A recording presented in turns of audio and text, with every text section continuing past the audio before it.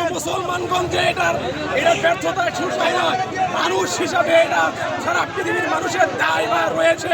সেইখান থেকে যেই জায়গায় হামলা করেছে সেটা কিন্তু হাজার হাজার বছর পূর্বে থেকে মুসলমানদের জায়গা।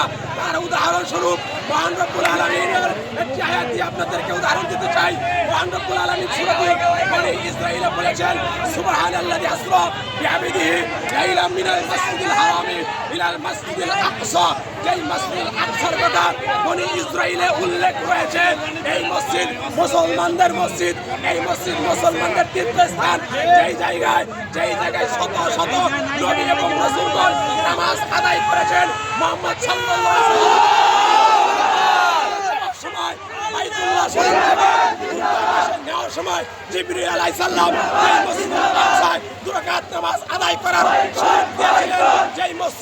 যেই মসজিদ তৈরির সময় জিনদের মাধ্যমে পাথর সমুদ্রের তলদেশ থেকে পাথর এনে যেই মসজিদ তৈরি করা হয়েছে, যেই রেফারেন্স পৃথিবীর ইতিহাসে হাজার হাজার রেফারেন্স রয়েছে, মসজিদুল আকসার নিচের যে পাথর রয়েছে সেই পাথর হচ্ছে হাজার হাজার বছর আগে সমুদ্রের তলদেশ থেকে যেই জায়গায় মানুষ যেতে পারে না, সেই জায়গায় জিনদের সহযোগিতা নিয়ে যেই পাথর দ্বারা মসজিদুল আকসা তৈরি করা হয়েছে, সেই মসজিদুল আকসার উপরে এই ইসরাইল, এই নেতানিয়াহু হামলা করেছে, বোমা বিস্ফোরণ করেছে।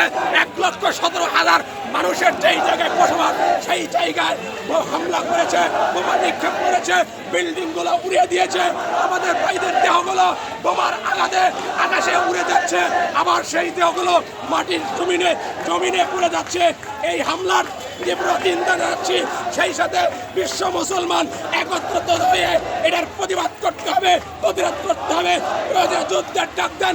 বাংলাদেশ থেকে হাজারো তরুণ, লক্ষ তরুণ, কোটি তরুণ দৌড়ে আছে জিহাদের জন্য।